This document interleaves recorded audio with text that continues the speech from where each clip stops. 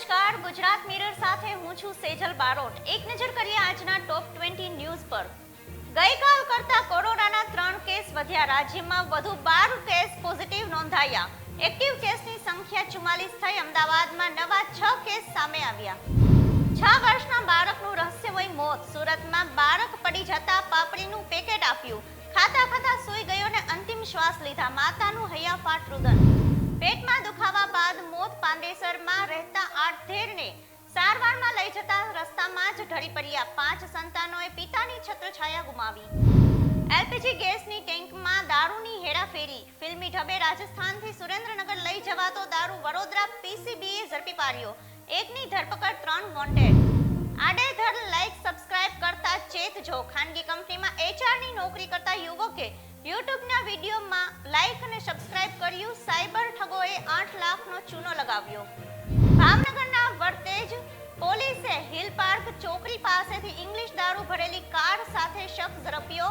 શરાબનો જથ્થો આપનાર ફુલસરનો કુખ્યાત બુટલેગર ફરાર।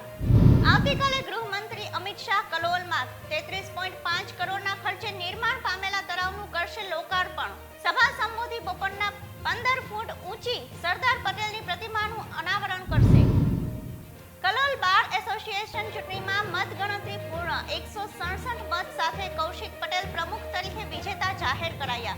ખજાનચી, એલઆર અને લાઇબ્રેરી સેક્રેટરીના પદ માટે બિનહરીફ ચૂંટાયા।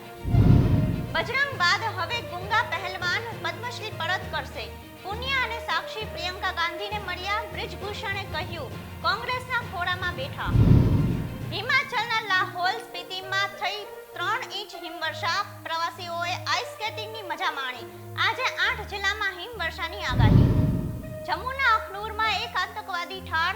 ઘૂસણખોરીનો કર્યો હતો પ્રયાસ। સેનાએ કહ્યું સર્વેલન્સ કેમેરામાં 3 આતંકવાદી મૃતદેહ લઈને જતા જોવા મળ્યા।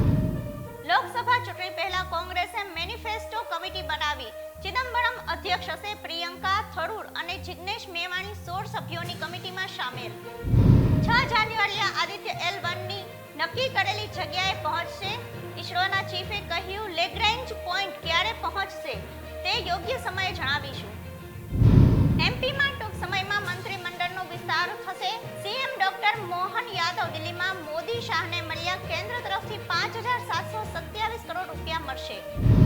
ગુજરાત ટાઇટન્સ ટીમે શ્રી ગંગાનગરના માનવને ખરીદ્યો। પિતાએ કહ્યું ખર્ચા ઘટાડીને દીકરાને ક્રિકેટ એકેડમીમાં મોકલ્યો। હવે આઈપીએલમાં સિલેક્શન।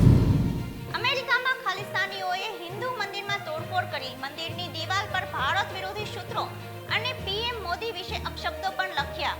ભિંડરાવાલેને શહીદ ગણાવ્યો। સૌથી મોટા ઇલેક્ટોરલ ટ્રસ્ટે ભાજપને 71% દાન આપ્યું। 10 વર્ષમાં દાનની રકમમાં 360%નો વધારો। યુપીએ સરકાર 2023માં ઇલેક્ટોરલ ટ્રસ્ટ લાવી હતી। મોટિવેશનલ સ્પીકર વિવેક બિંદ્રાએ પત્નીને માર માર્યો। કાનનો પડદો ફાટી ગયો। મોબાઈલ તોડી નાખ્યો। પહેલી પત્ની સામે પણ કેસ પેન્ડિંગ। અયોધ્યામાં રામલલ્લાને દરરોજ જલારામ મંદિર તરફથી થાળ ધરાવવામાં આવશે। મંદિર ટ્રસ્ટની જાહેરાત બાદ વીરપુરમાં આનંદ છવાયો। પ્રાણ પ્રતિષ્ઠામાં પ્રસાદની તૈયારી શરૂ। સીબીડીટીએ ઇન્કમ ટેક્સ રિટર્નના ફોર્મ જાહેર કર્યા। આ વખતે 3 મહિના પહેલા જ ફોર્મ 1 થી 4 જાહેર કર્યા। 50 લાખથી ઓછી આવક ધરાવતા લોકો માટે આઈટીઆર છે ફોર્મ। હાલ સમાચારમાં બસ આટલું જ। વધુ માહિતી માટે જોતા રહો ગુજરાત મિરર। અને આપને જો આ ન્યૂઝ પસંદ આવ્યા હોય તો તેને લાઈક, શેર અને સબસ્ક્રાઇબ કરો। પળે પળના સમાચાર મેળવવાની